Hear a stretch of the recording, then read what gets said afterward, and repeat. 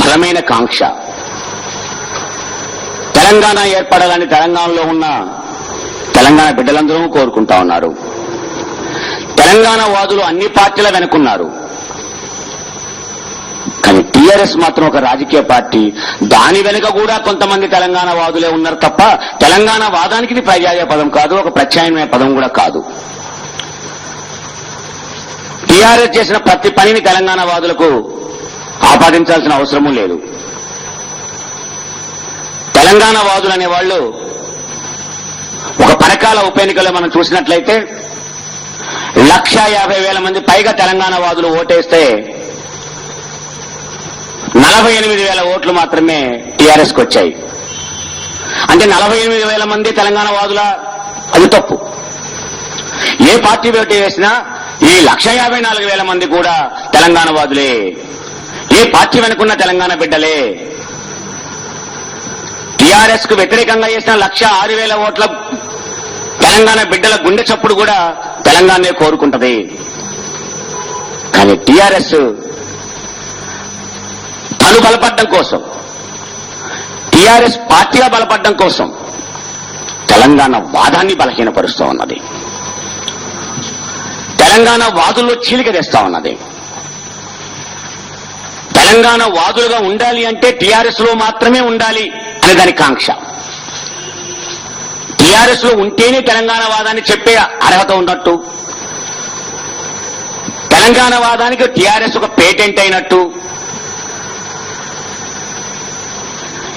తెలంగాణ వాదులు ఎవరైనా సరే టీఆర్ఎస్ లో ఉండకపోతే వాళ్ళు ఏదైనా పార్టీలో ఉంటే ఆ పార్టీ వాళ్ళందరూ తెలంగాణ వాదులు కానట్టు ఒక భిన్న స్వరాన్ని ఉపయోగిస్తా ఉన్నది.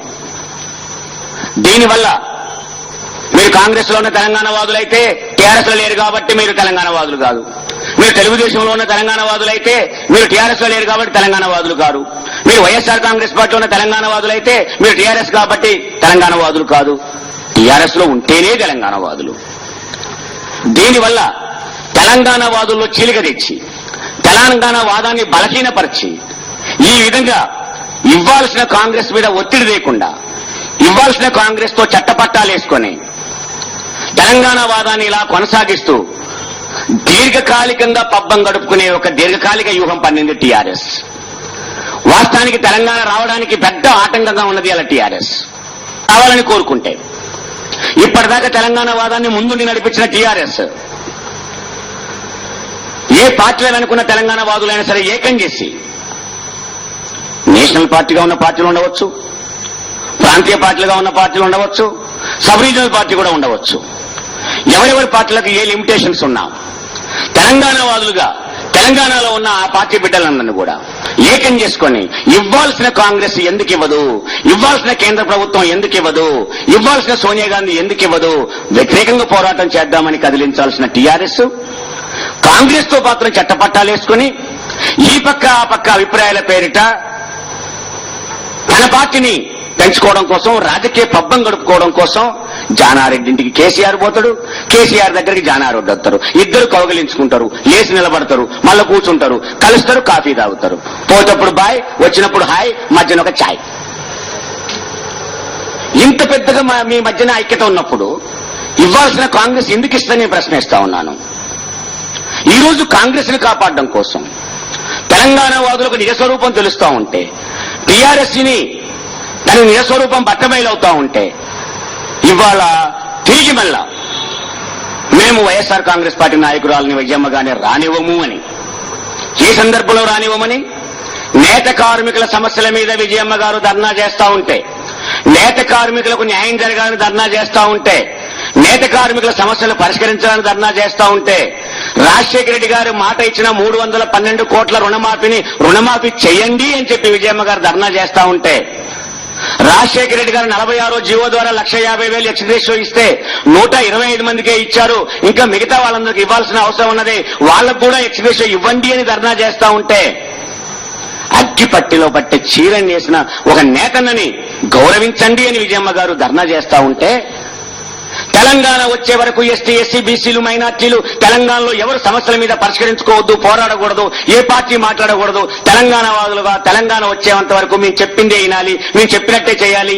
ఈ పేదవాళ్ళు ఎవరు బాగుపడకూడదు, సమస్యలు పరిష్కరించుకోకూడదు, మేము ఎస్టీ ఎస్సీ బీసీ మైనార్టీలకు వ్యతిరేకము అని టీఆర్ఎస్ చెప్తా ఉంటే తెలంగాణ వాదులుగా ఉన్న ఈ తెలంగాణ బిడ్డలు పేదవాళ్లు ఎందుకు గౌరవించాలి అంటున్నాను. మొదటి నుంచి కూడా ఎస్సీలకు ఎస్టీలకు బీసీలకు వ్యతిరేకంగా ఉన్న టీఆర్ఎస్ తెలంగాణ సాయుధ రైతాంగ పోరాటంలో 4,000 మంది మరణించి గ్రామాల నుంచి భూస్వాములందరినీ దొరలందరినీ పట్టణాలు పట్టిస్తే ఇవాళ టీఆర్ఎస్ తెలంగాణ రాష్ట్ర సమితి పట్టణాల్లో నుంచి భూస్వాముల్ని పల్లెలకు తీసుకొచ్చి పేదల మీద దాడులు చేయించే పరిస్థితి తీసుకొస్తా ఉన్నది. ఎవరైతే టీఆర్ఎస్ లో పబ్బం కొనుక్కున్న దొరలున్నారో వీళ్ళందరూ ఆ రోజు తెలంగాణ పోరాటంలో ఎస్టీ ఎస్సీ బీసీ మైనార్టీల మీద దాడులు చేసిన వాళ్లే. వాళ్ళ సమస్యల మీద పోరాడుకోకూడదట, వాళ్ళు బాగుపడకూడదట, పేదవాడు బాగుపడకూడదట, నేత కార్మికులు బాగుపడకూడదట, గీత కార్మికులు బాగుపడకూడదట, ఎస్సీలు బాగుపడకూడదట, ఎస్టీలు బాగుపడకూడదట. ఎవరు బాగుపడాలి? కేసీఆర్, ఆయన ఎమ్మటున్న వాళ్ళు 1-2 సామాజిక వర్గాలు వాళ్ళే బాగుపడాలి అంట. అంటే ఇలాంటి తెలంగాణ బిడ్డలు కోరుకునేది ఒక సామాజిక న్యాయంతో అట్టడుగు వర్గాలకు పేదవాడికి కూడా న్యాయం జరిగి తెలంగాణ బిడ్డలు కోరుకుంటా ఉన్నారు. తెలంగాణని కోరుకునే ప్రతి బిడ్డ కూడా వైఎస్ రాజశేఖర రెడ్డి గారు లాంటి ఒక సంక్షేమ పాలన, ఒక అభివృద్ధికరమైన పాలన కావాలని కోరుకుంటా ఉన్నారు. తెలంగాణ ప్రజలు తెలంగాణ కోరుకుంటున్నారు. వైఎస్ఆర్ కాంగ్రెస్ పార్టీ లాంటి ఒక పాలన కావాలని వైఎస్ఆర్ పాలనని కోరుకుంటా ఉన్నారు. కానీ టీఆర్ఎస్ ని కాదు.